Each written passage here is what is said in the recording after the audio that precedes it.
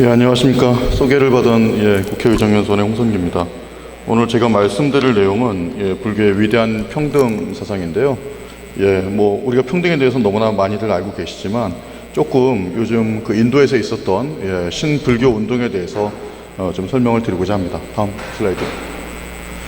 다음 바로 넘어가시죠. 다음.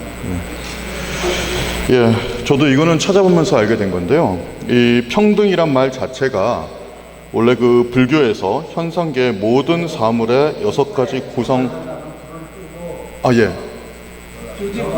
불주. 중앙에서 나타나시고요.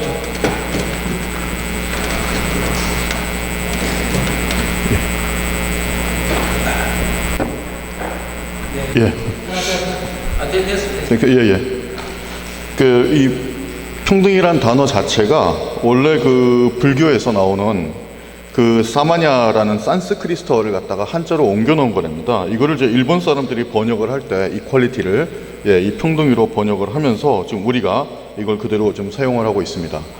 그래서 이제 불교의 열애장 사상, 모든 사람은 본래부터 그 열애가 될 수 있다는 가능성, 결국 이제 불교의 가장 평등 원리를 잘 설명하고 있는 것이고요. 또 모든 인간은 불성을 가지고 있다. 깨달음에 도달하면 누구나 부처가 될 수 있다. 이것이 이제 대승불교의 핵심입니다. 다음 페이지 보시죠. 이 불교의 어떻게 보면 가장 특성 중에 하나가 이 성경과 좀 비교를 해봤을 때요. 예수는 이제 사람의 아들이 아니고 신의 아들인데, 부처는 사람의 아들입니다. 그래서 부처님은 생전에 자신을 신격화하는 것에 대해서 상당히 한사코 그걸 갖다가 거부하셨다고 합니다.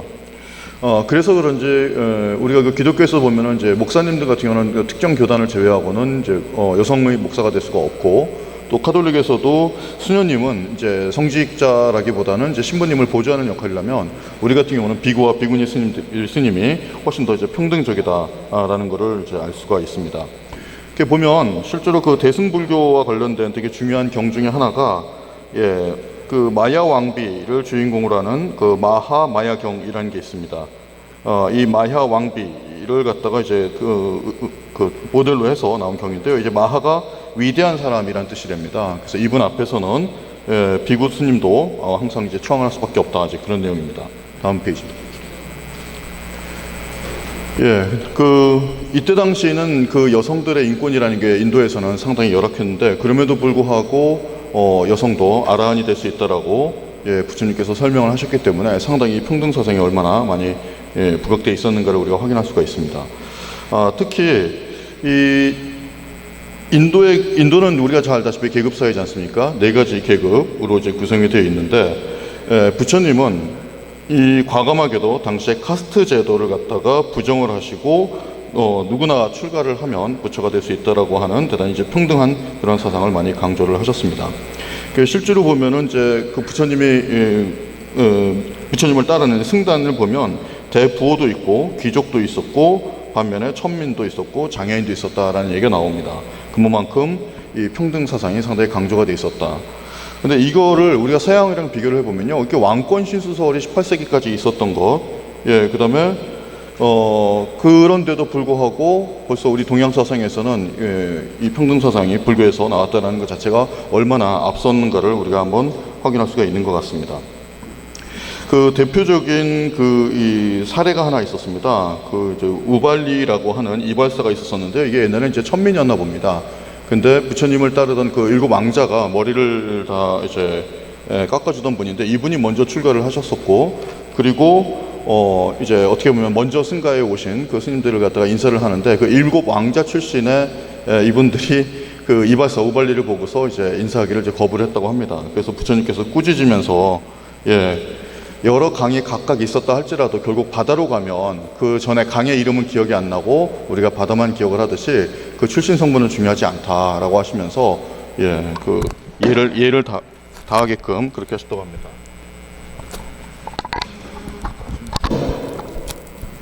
다음 페이지 좀 보겠습니다. 신라 시대도 우리가 너무나 잘 알다시피 이 골품제 사회지 않습니까? 근데 당시 의상 스님은 상당히 큰 귀족이었다고 합니다. 근데 이 의상 스님이 출가를 하시고 법원을 하시는데, 당시에 그 왕들 또 귀족들이 의상 스님께 토지라든가 노예를 갖다 하사하겠다고 하셨을 때 이를 단호하게 거부하시면서 불교의 이 평등 사상을 역시 강조하셨다고 합니다. 그러니까 이때 당시에 그 골품제도 상당히 강한 그런 신분제였음에도 불구하고 이게 얼마나 이것이 당시 평등 사상이 강조가 되는지 우리가 확인할 수가 있습니다.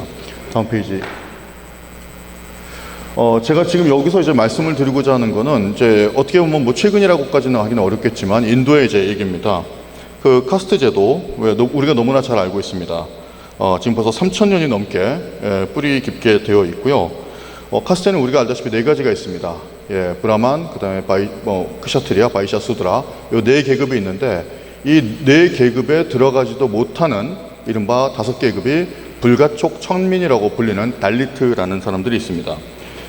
이 사람들이 당시 인도 인구의 약 한 15%를 차지할 정도라 그러고요. 이 사람들이 침을 흘리면 땅이 더러워진다라고 해서 턱에다가 이 침바지를 달게 하게 했고요. 그 다음에 발자국도 땅을 더럽힌다 그래가지고 엉덩이에 빗자루를 달고 자신의 발자국을 지우고 다녀야 했었다고 합니다. 그만큼 이제 사람으로서 취급을 받지 못했다라는 겁니다. 근데 이 불가촉 천민 제도는 인도가 영국으로부터 독립을 하면서 법적으로는 이것이 폐지가 됩니다. 하지만 실질적으로는 그것이 계속 뿌리 깊게 남아있을 수밖에 없었던 겁니다. 이게 참 아이러니인데요. 그 다음 페이지. 인도는 석가모니가 태어난 나라지만 지금 현재 불교 인구는 약 한 1%밖에 되지 않는다고 합니다. 왜 그런가 보니까 이 불교가 인도에서 어떻게 보면 약간 환영을 받지 못했던 가장 큰 이유는 왕실의 지원을 하다 보니까 스님들께서 너무 이제 경전 위주로 해서 현실과 좀 떨어지게 됐었고, 그 다음에 신을 부정을 하다 보니까 이 신을 힌두교가 치고 들어왔다 그럽니다. 그러니까 힌두교가 엄청나게 많은 신들이 있는데 그 중에 비누슈라는 아마 최고의 신이 있나 봅니다. 그 비누슈의 화신이 부처님이다라고 해가지고 사실상 힌두교가 이제 불교를 갖다가 포섭해버리는 그런 것들이 나오게 됩니다. 그런데 이 불가촉 천민에 대한 차별이 너무나 심하다 보니까 이 차별을 갖다가 철폐하기 위해서 나섰던 두 사람이 있었습니다. 그 중에 한 명이 바로 우리가 알고 있는 간디고 또 한 명이 바로 암베드카르라고 하는 사람이었었습니다. 다음 페이지 좀 부탁드립니다. 바로 이분인데요. 그 빌라올 람지 암베드카르. 이분은 인도의 독립운동가이고요. 그 다음에 정치인이고, 그 다음에 변호사고, 대학 교수고, 인권운동가입니다. 인도 건국 헌법을 갖다가 실질적으로 주관해서 만들으셨던 분인데 이분이 되게 독특하게도 달리트, 불가촉 천민 출신입니다.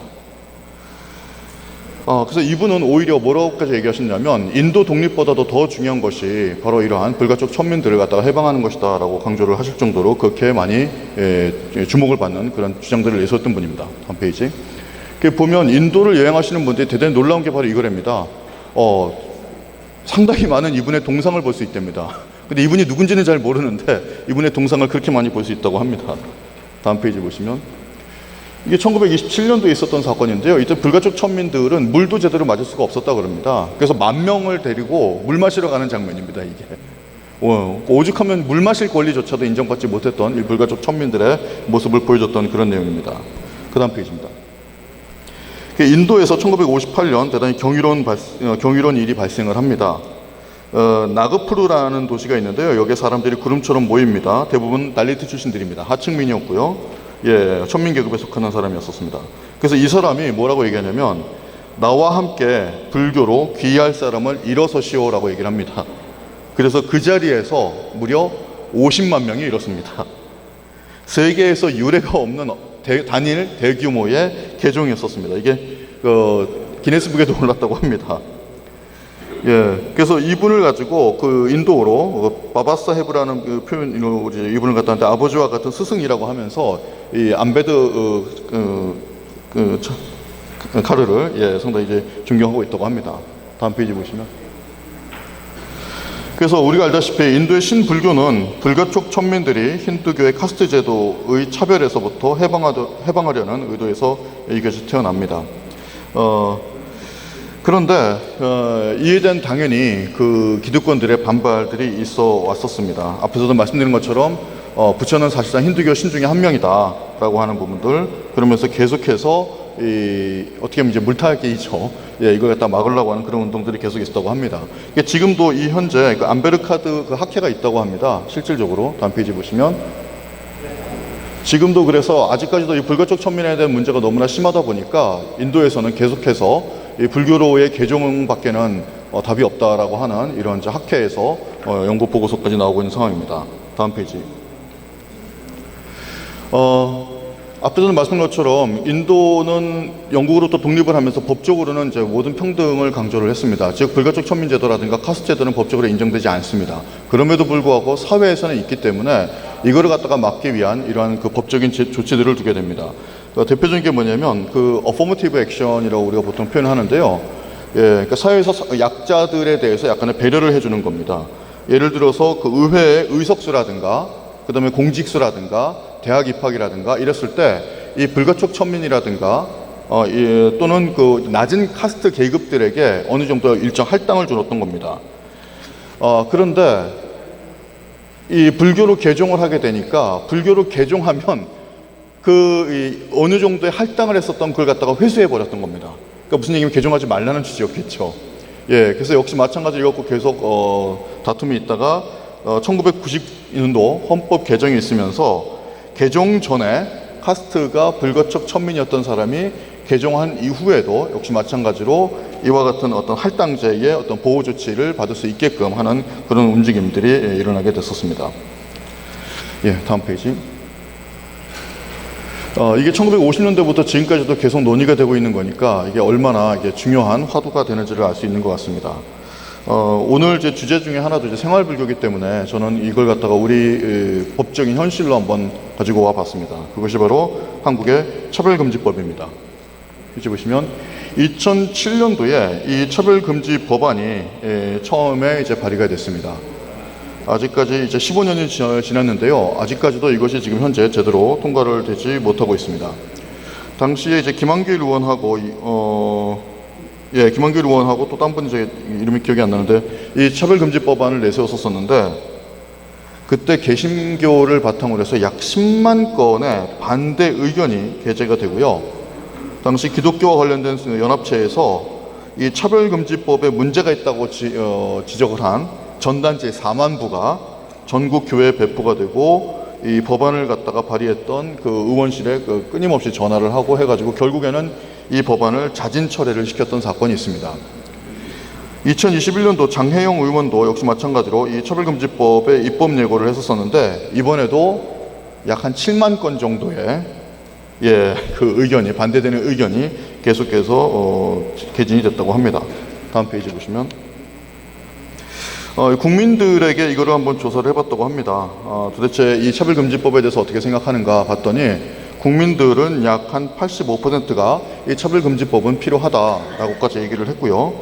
2022년도 3월에 국가인권위원회가 새 정부가 출범을 하면서 새로운 국정과제에 반드시 반영될 것이 뭐냐라고 했더니 바로 이러한 포괄적인 차별금지법을 제정해야 된다라는 얘기까지 하고 있습니다.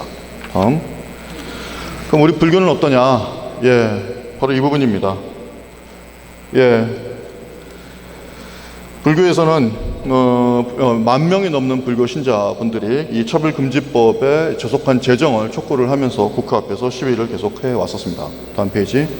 그래서 우리 조계종에 보면 그 사회노동위원회가 있습니다. 조계종 산하에 사회노동위원회가 있는데 그 이제 담당하는 스님께서 카스트 제도에 정했던 불교 차별금지법 찬성은 너무나 당연하다라고까지 얘기를 하시고 그리고 최근에 있었던 그 법안에서도 이 종교로 인한 차별을 갖다가 은근슬쩍 뺀 적이 있었었는데 조계종 그 사회 노동위원회에서는 이 종교로 인한 차별을 해서는 안 된다라는 취지의 상당히 강한 오히려 또 그런 촉구까지 하고 있는 상황입니다.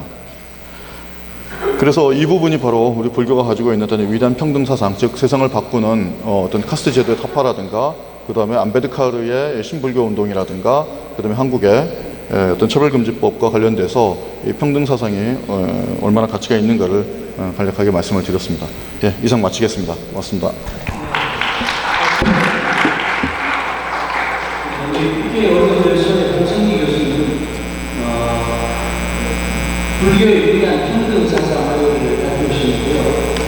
우리 2022년 한국교수인사대회의 주제가 생활 속의 불교 사상을 실천한 불교 사상을 불교의 열애자하는 사상에서 근거를 가져오고 또 신청 방안으로 안전사고의 일도 신부용 한국에서는 한국의 차별법에 대해서 개선해서 평등사상을 개선해야 한다는 발표를 주셨습니다.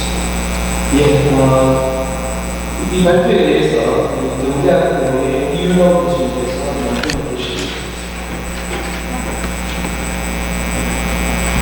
네, 안녕하십니까.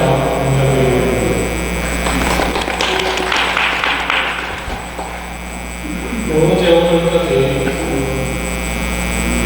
다양한 분야로 발표하신 분들도 굉장히 대단하지만 물리학에서부터 이해와 정치학, 성경학에 이르기까지 다양한 분야의 이야기를 기도도 하지 않고 끝까지 듣고 계신 분들이 대단하신 것 같습니다. 지금 하는 이제 내용은 아마 특별히 재정에 관련된 내용이 이제 내용이 나왔습니다만 참관 양봉이 심각하게 들어가고 있는 상황에서 위에서 제가 혼자서 이제 실수로 대책을 봤는데 아마 유당에서 그 의원이 그때 이제 우리가 하겠다는 생각이 들었습니다. 이런 상황에서 민당성 문제라든지 이런 것들을 이제 불교의 행동 사상을 수학을 해서 이렇게 하는데 오늘 접근하시는 것 같습니다. 차별 문제라고 하는 것은 헌법에 보장된 가치임에도 불구하고 지금 굉장히 오랜 기간 동안에 특별법을 제정하고자 했던 했고 그 다음에 이제 그럼에도 불구하고 상관 방법으로 제정하지 못했던 것은 이 차별금지법 안에 있는 성소수자의 수용 문제가 우리 사회에서 어떻게 수용할 것인가 그런 문제가 굉장히 있다고 생각합니다. 사실 이제 성소수자 문제에 관해서는 교수에서는 이미 모의상으로 한국으로 해답이 좀 내려진 상태가 아닌가. 대학교는 대학원을 이런 식으로 생각을 합니다.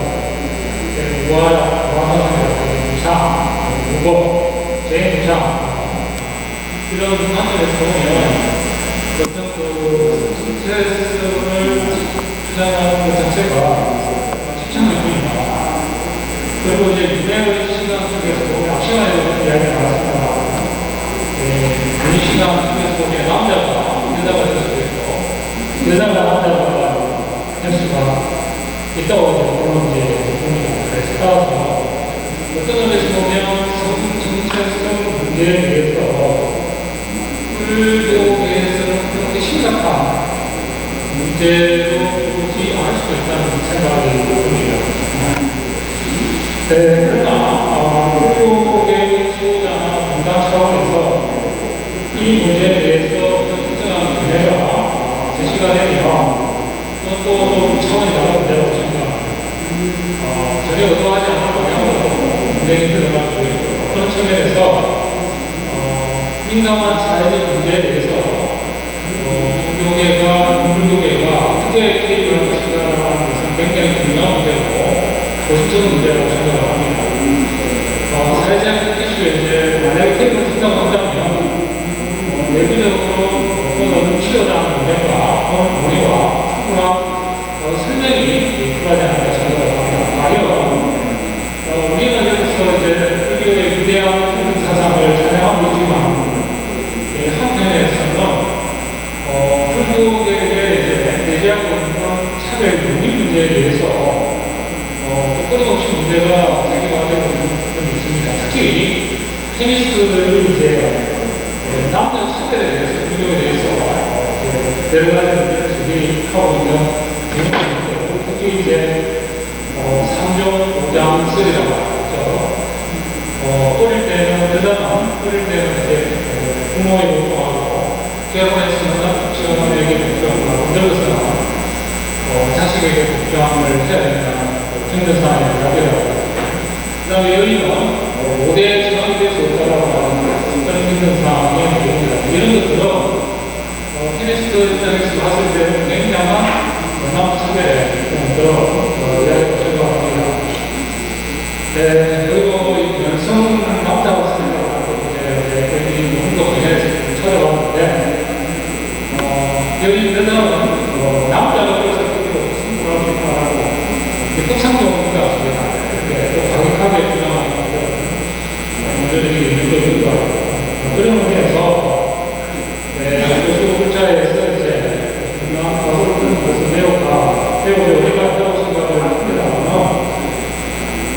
차별금지법 제정에 관해서 문학 사업을 이야기해야 되는지 어느 쪽의 공개적인 취지를 얻기 위해서는 보다도 칩이나 논의를 이렇게 된다. 그리고 이제 정제 대해서 내용과 관련 내용들이 모순되지 않게 설명할 수 있는 그런 논의 개발도 필요하다고 생각합니다. 이런 부분을 위해서 혹시 이제 국제 사업에서 현장 대국의 취지를 얻기 위해서 어떤 계획을 하고 있는지 또 이제 좀 더 설득적인 부분이 되겠습니다. 이번 와장 현장에서 이런 법안을 발의를 했을 때 한간의 가능성, 입법될 가능성에 대해서는 열성적으로 우리는 대표적으로 대해서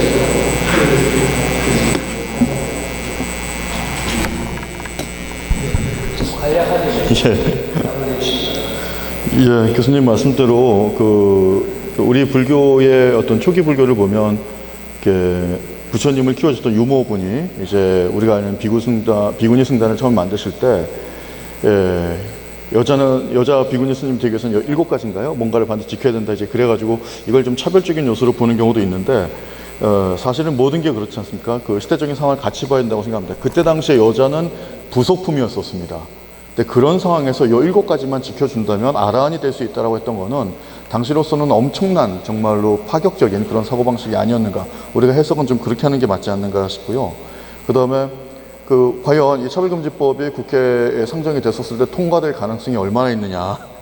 안타깝게도 그게 우리 불교의 힘이 아니라 저는 기독교의 힘이라고 봅니다. 앞에서도 말씀드린 것처럼 김한길 의원 했었을 때 10만 명, 그 다음에 장혜인 의원이 작년에 이 법안 올렸을 때 7만 건에 반대되는 그게 아주 조직적으로 있었는데 이거를 통과시켜야 되는 어떤 불교계의 논의라든가 노력은 그다지 크지는 않았습니다. 예, 그리고 솔직히 말하면 이제 이게 우리 불교 쪽을 그래도 좀 지지해 주시는 의원님들도 그다지 많지는 않죠. 조영 의원님 같은 분들 몇몇 외에는. 그래서 이 법안과 관련돼서는 불교계가 참 힘이 없구나라는 생각을 좀 하고, 그래서 실제로 지금 이건 2024년까지도 법안 논의를 미루는 상황입니다. 그 얘기는 그 전까지는 통과될 가능성이 상당히 요원하다. 안타깝지만 지금 그렇게 보고 있습니다. 예, 이상입니다. 답변이 되시는지 모르겠습니다. 우리가 평등 사상이라는 것은 모르고 있을 때는 누구나 다 찬성하는데 이게 우리 문제가 되어서 기존의 어떤 상황에서 변화되고 혁신되어야 하기 때문에 항상 찬반이 나뉘게 되었습니다. 오늘 교수님께서 평등 사상을 하면서 불교의 열애장 사상이나 인도의 신불교 운동, 그다음 대부분의 사람들이 찬성하거든요. 근데 이제 그 항목적인 상황에서 차별금지법을 이야기했을 때는 또 사람의 생각에 따라서 자기가 속한 그룹에 따라서 찬반이 있을 수도 있고, 그래서 그런 갈등의 변화 속에서 화합을 만들어내는 것이 원로로서의 가장 사상이라고 할 수 있습니다. 오늘 좋은 발표와 도움을 주신 두 분에게 박수 부탁드립니다.